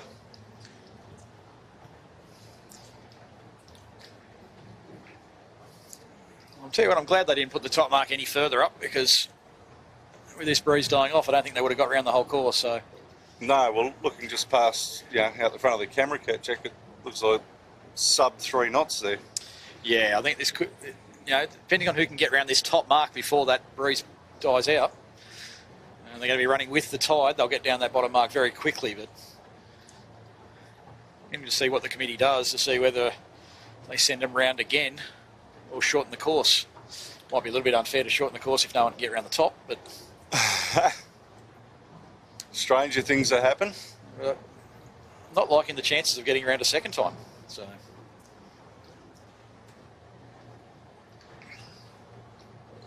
You can just see how little breeze there is there on screen, Jack. Like they're not exactly a big crew, and they're all in. no, that's right. There's the chasing pack.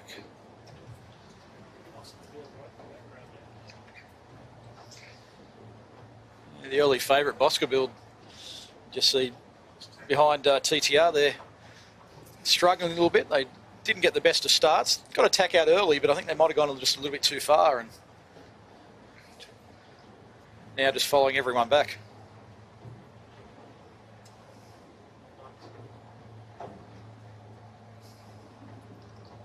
There's Noakes on screen, just looking at them. Just days like this, you'd sooner stay on the couch.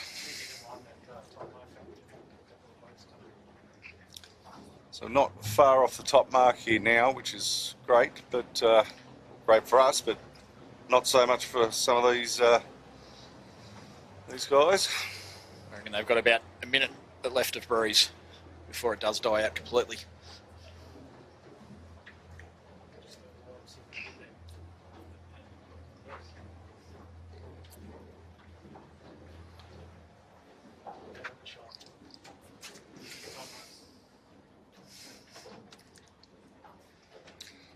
So there's the top mark, and you can just see how little these guys are moving. So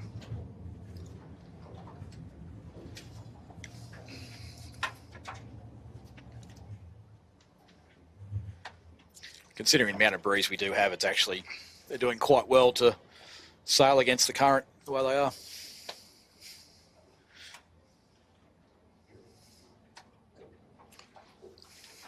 you almost feel like you're sailing, but you're not actually gaining ground anywhere. Their speed over ground might be a little bit lower than their boat speed, you reckon, Jimmy? Something along those lines.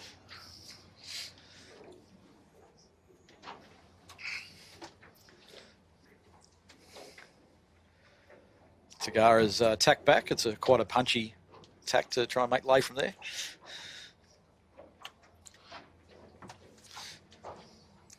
Have we put the kiss of death on the Bosca build? I think.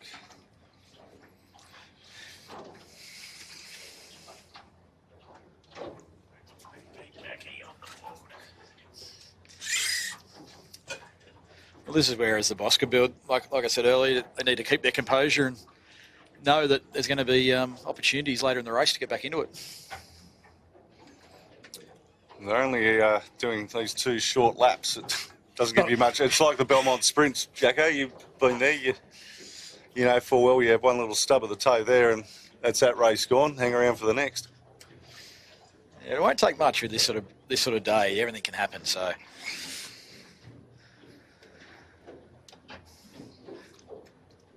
But yeah, at the moment, the way they're positioned, I'm glad I don't have my money on them.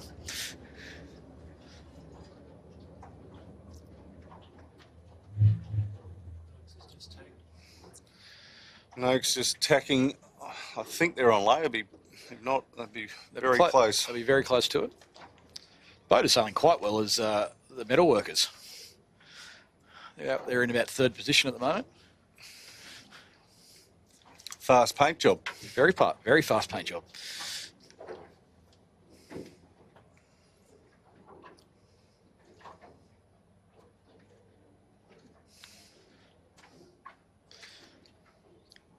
So Noakes should lay here. What's the body language say? Yeah, I think they're pretty comfortable until they lose their breeze and they're going for an early sneak on the kite.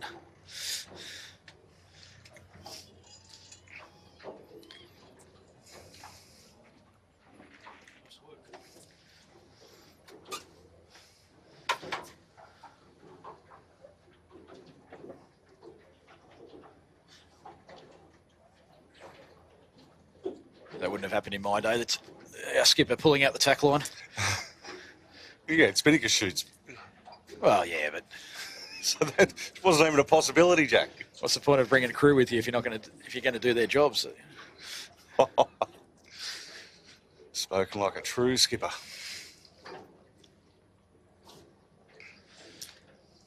This is looking horrible, looking back down the course from where we are at the top mark. It's breeze is completely lifted off. There's a big line of cloud sitting to the east northeast of us. It might be just holding back a fair bit of this breeze. The metalworkers round in second. Great result for them. Yep.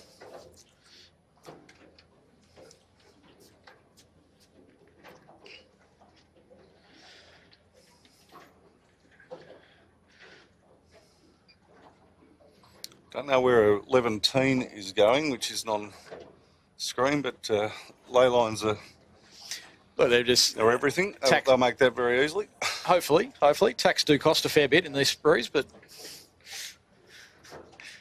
it's a long way to go. Next around is Tagara. Wish I'd had to do a little double tack, which is very costly at that top mark. Certainly is.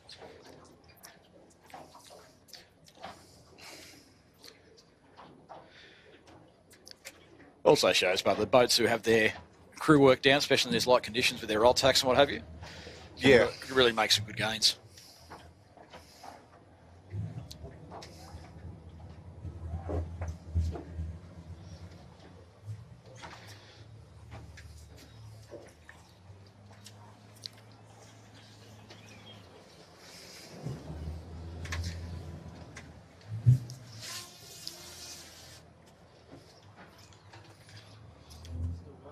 So far so good. Once again, good positioning for them.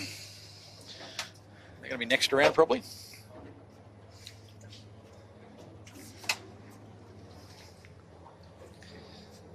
A few big names in this race have really stubbed their toe to start the club championships. The Riley Fittings Club Championship. Yeah, I think the Boscafield, the most obvious one there that's not performing to their usual high standard.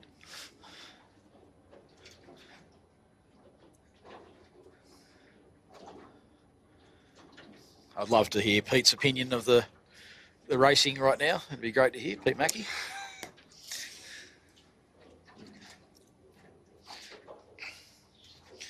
Just looking down the course towards the leading boats, struggling now to keep breeze in their spinnakers. So, if we get So far, so good to be happy with the fifth round. certainly would be. Yep. It might be interesting here. If we get any breeze in, it might restart the race and bring the fleet down to the leaders. And I did put the kiss of death on the 11 team. They didn't lay. They've had to do a tack, Jack. It's always tough to pick a ley line from that far out in no breeze and tide. Yep.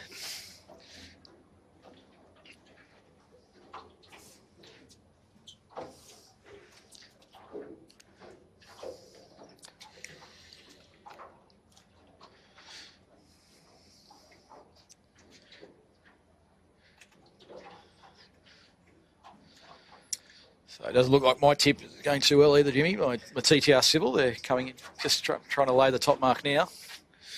a bit of ghosting going on, I think, Jacko. I did tip them to beat Bosca. That's Is that how the bets were? That's what I'm going to hang my hat on. Right.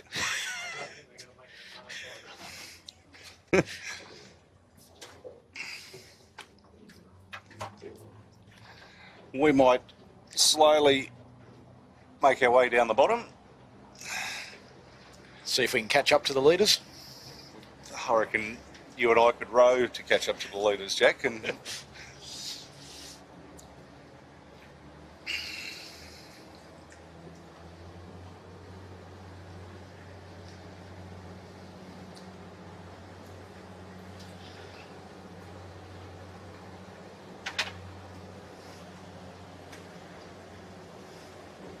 Nice bit of technique there on the so far so good. Getting a bit of heel on, allowing the kite to fall into shape.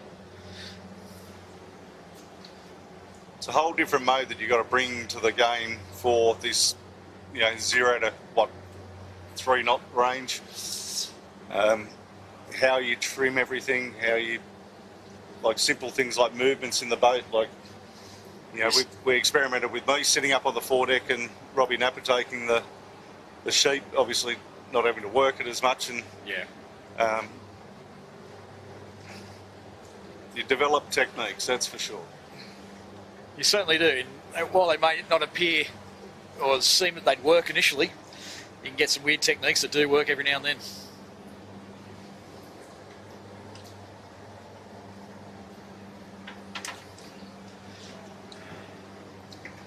Hats off to the race committee here again, Jack, for trying to get this underway. But TTR, 11-teen and Bosca all going around the mark in not much pressure back up there. And as you can see there on the metal workers, Spinnaker has drooped to nothing. Yeah, the committee are doing everything they can to get a race in. Without trying to be negative, I just don't know whether they're actually going to succeed here. I think the breeze up the course is looking very light, glass out, and I just hope it's not set in for the day. Yeah, I hope so, for everyone's sake, and also mainly for St George's sake, for allowing us to live stream the club championships. We don't want people to think this is what it's like to sail at St George. It's quite often quite the opposite. Yeah, what's the old favourite saying? No matter where you go in sailing, it's not normally like this. Yep. So.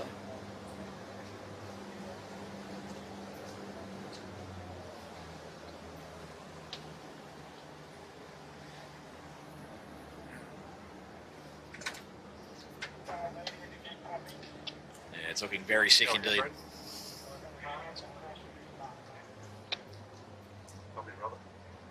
Just getting word through from your brother, that I call brother, but shortening the course here at this bottom mark. So one hot little lap to get race one.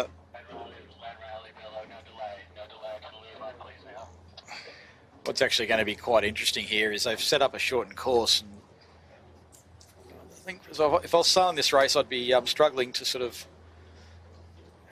not to work out which way to finish, because you can finish in either direction. But the race committee haven't actually made it too obvious for the sailors.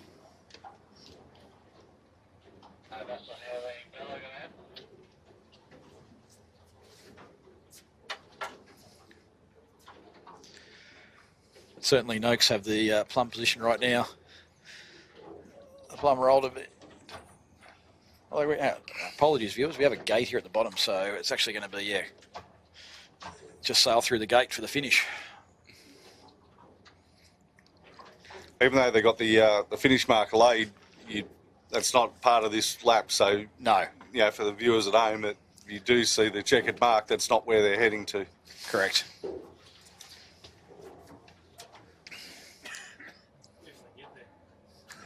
If they get there, that's right. Well, the tide is pushing them. Have a look at those three there on screen. You've got Tagara, Wishart, and is that the metal workers? And they are becalmed. Becalmed.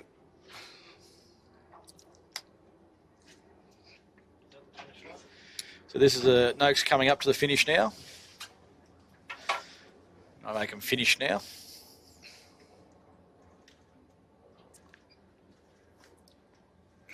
He's got the helm over. The boat's just not turning. There you go. So Noakes, winner of Heat 1 of the Riley Fittings Club Championship.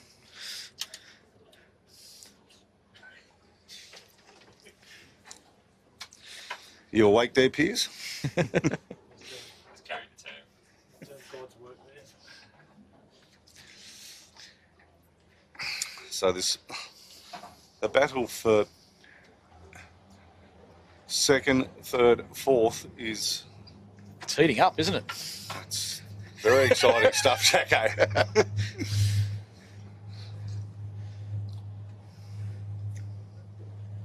Go get some... cover some ant racing up the wall after this. Followed by the grass growing competition, the paint drying. We did have the sheepdog trials that we watched one afternoon at the club, and we've put our tender in to cover that. I guess they're not too worried about if there's no wind with that, are they? No, you're more worried about if there's sheep or not.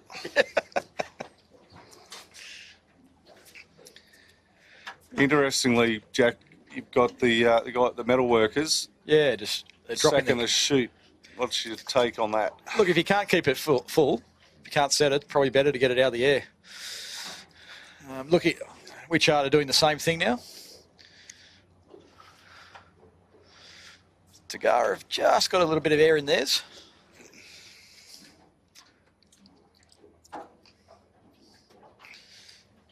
So I think it's going to be a case of who can drift the quickest here.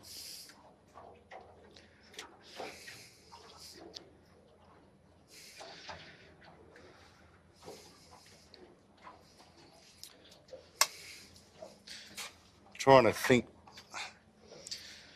When was the last time we, like at Sale Media, we covered a race like this? As Well, we had a quiet race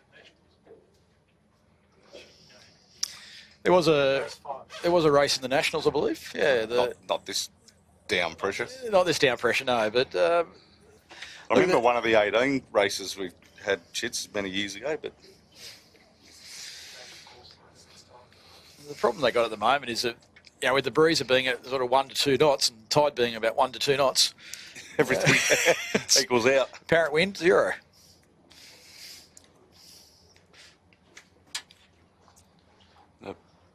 Just looking right back up the course, Illawarra Gearin diff still isn't around that top mark, but you know the only one with a spinnaker up currently is Tagara.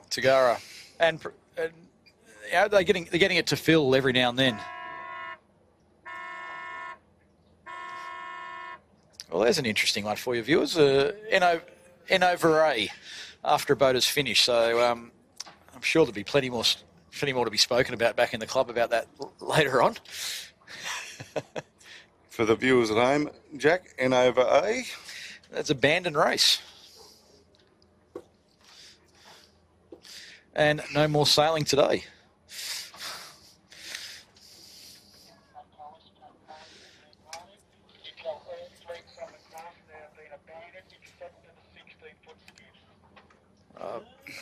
Okay.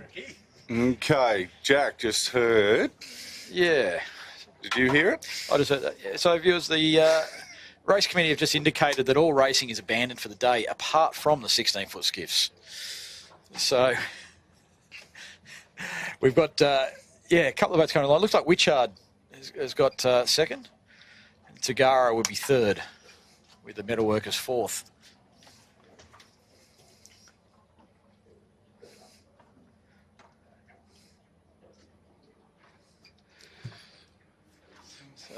Very, very unfortunate for these guys.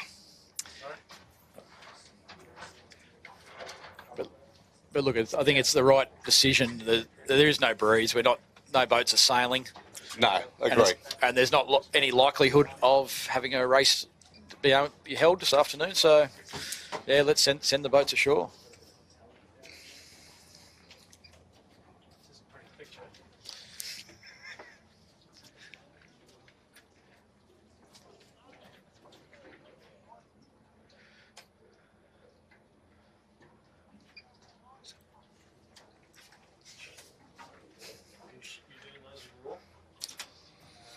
looks like the So Far So Good will come through for 5th. Which is awesome. Not the way Boscoville wants to start the club championship heat or championship overall with your drop. That's right. Well, ironically during the week there was some data put out showing that last year Sarah and Pete on the Noakes had an average score of 1.1 in the last club championship, and Unbelievable. I think with their 5, 6, 7, 8, 9, they've got one of those points already on the average. So over the 9 races. So yeah, I think it's not the ideal way, but yeah, they should get a couple of drops. So I wouldn't be counting them out this early, but yeah, not the ideal way.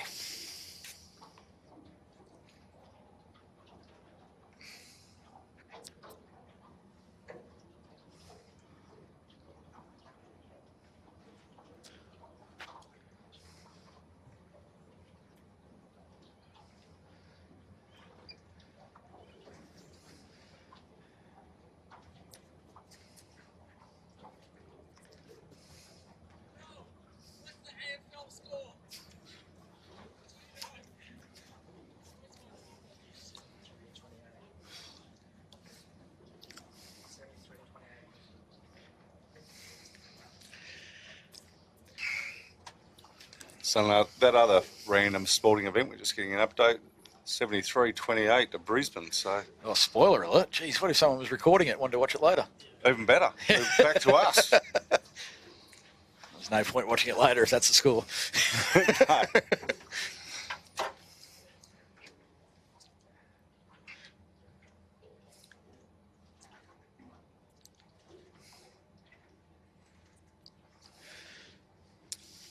What you do feel for these guys, it's Yeah,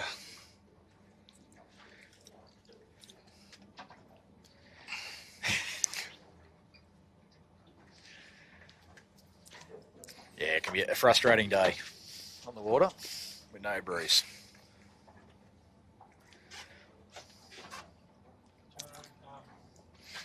Phil, do you want to go right back up to the last place?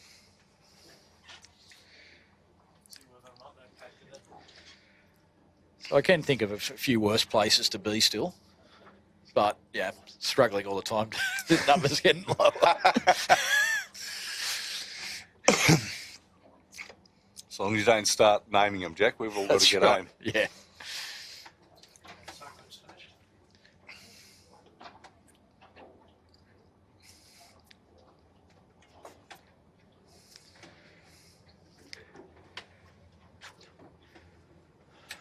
So after So Good, what have we got? We got the Lennies coming through nicely. So Dave Gibson, Greg Patterson.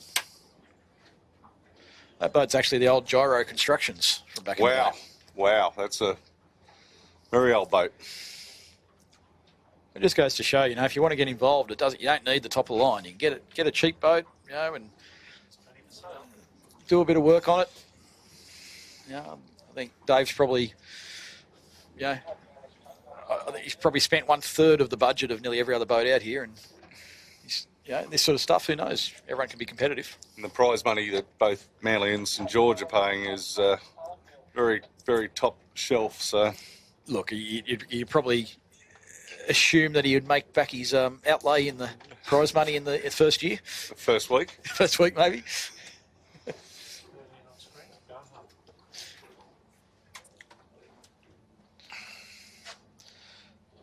Looks like the 13's organised themselves a tow. Good on them. yeah, sorry for the radio chatter in the background that you might be hearing. It's the only way we communicate with the race committee, especially on days like today. So. Let's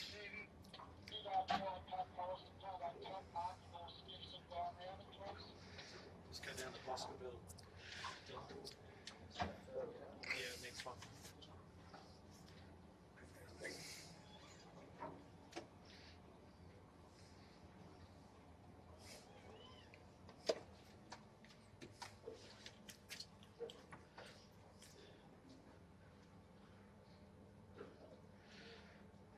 So the Lenny comes through for 6.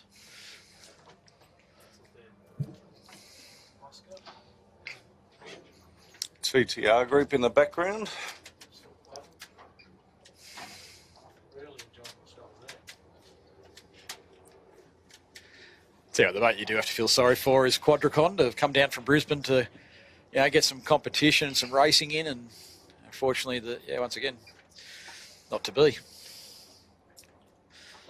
But Well, fingers crossed it's not the last time we see him throughout the year. So, hopefully they make an effort to come back down at least one more time. And look, it is a huge effort to come down for a weekend. I think the fact that it tied in with school holidays made it a lot easier for them to come down this weekend. But fingers crossed they can come down again. I'm sure we'll see him at Harvey Bay for the Nationals.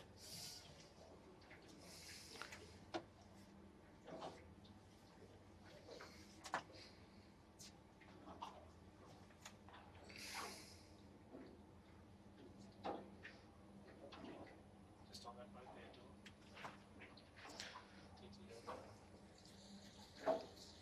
TTR.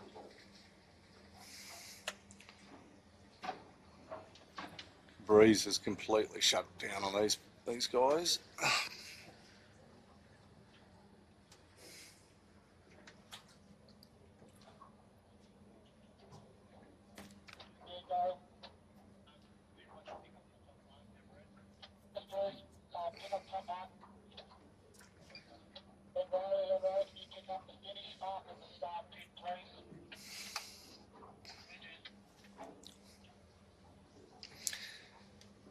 Not on screen. The Lynn looks like they're coming back. Like if they've gone between the committee boat and the left-hand bottom mark. That to me counts them as a finish, correct, Jack?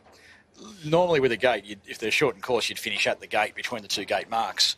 Once again, without being fully conversant on the sailing instructions this year. I don't know whether they've changed that, but there might be some confusion there, thinking they need to finish between the one of the gate marks and the boat. So get 6th and 7th. I think that'd be pretty safe that they've got their position and their finish. I'm sure it'll be all resolved once a bit of an examination of the rules and the SIs. Because they're going to struggle to get up around the if they're trying to get around this finish boat.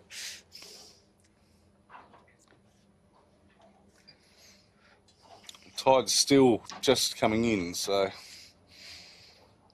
we've got just over the last hour of it to roll. Yeah.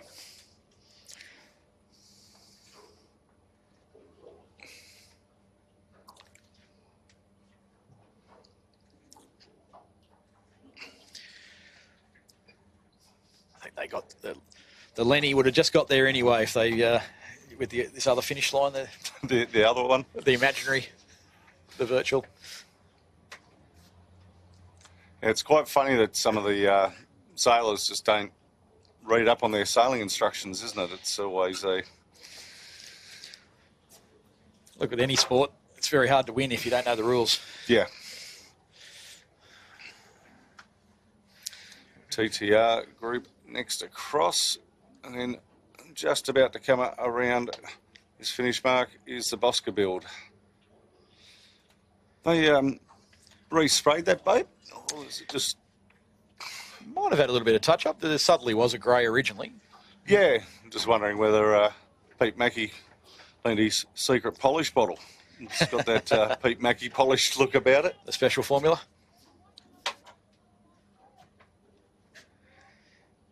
So it appears to be some discussion between the boys on the start boat and TTR group.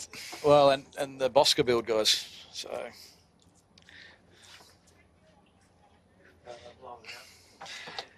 yeah, it's an interesting thing. As I said, normally the finish would be between the two gate marks, and I think a few of the sailors were expecting that as well.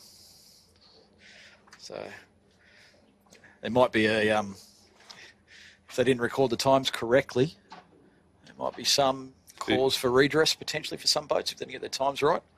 The all-important handicap. It's interesting. People always sort of suggest, okay, their race might get scrubbed, things like that. I think there's enough footage that we can get the correct finish times either way?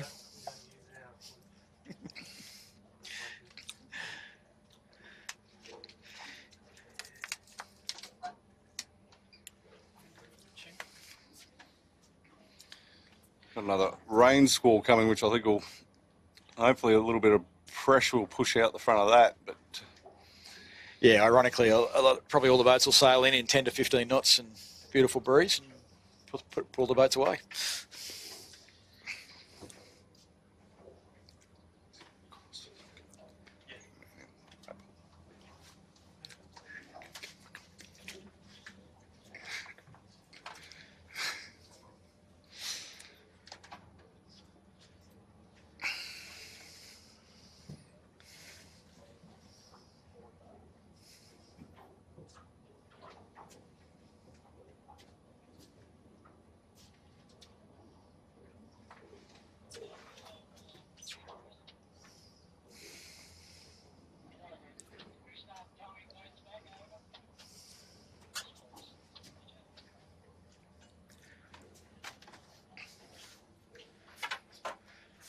So once Quadricon comes through whichever finish line it's supposed to be, we'll have 2 boats left. It's 11-teen and IGD.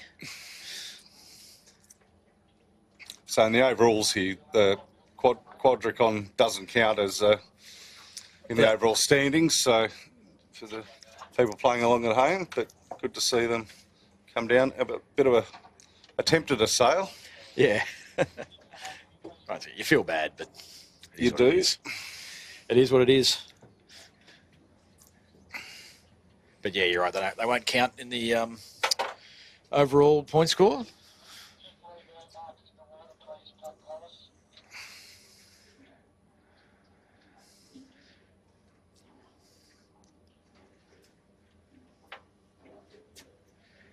Watching these 2 guys come in, or even actually the whole fleet, it sort of makes you realise what Olympic walking commentators have to.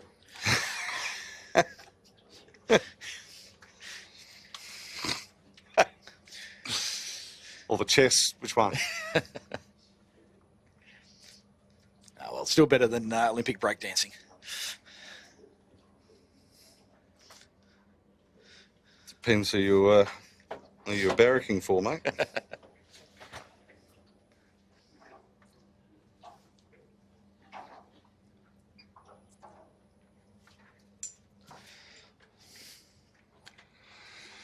Well, that's the final 2 there, and they've probably got, best part of 100 metres to go to the finish. So about half an hour, yep. So probably half an hour. So what we might do, we might wrap up proceedings and try and beat this little rain squall home that is imminent. There it is there on screen.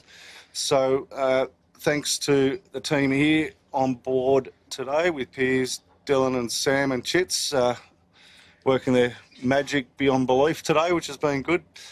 Huge thanks to Jack for joining us in commentary. It's always good to have you on board, mate. Love having you around. So this is race 1, run and 1 in the Riley Club Championships here at St George. If you're looking for more 16-foot skiff racing, we are back at Manly on the 12th of next month. To bring you there, Club Championship. And then on the 2nd of the 11th, we are back down here. So 2nd of November for those, so I don't confuse the poor Americans that might be tuning in. I'll be back down here at St George for potentially 2 more heats. So we'll wait and see. It's scheduled for 1, but they may choose that opportunity. But yeah, but yeah, so... But thank you, everybody, for watching. And this has been a Sail Media production for the St George Sailing Club.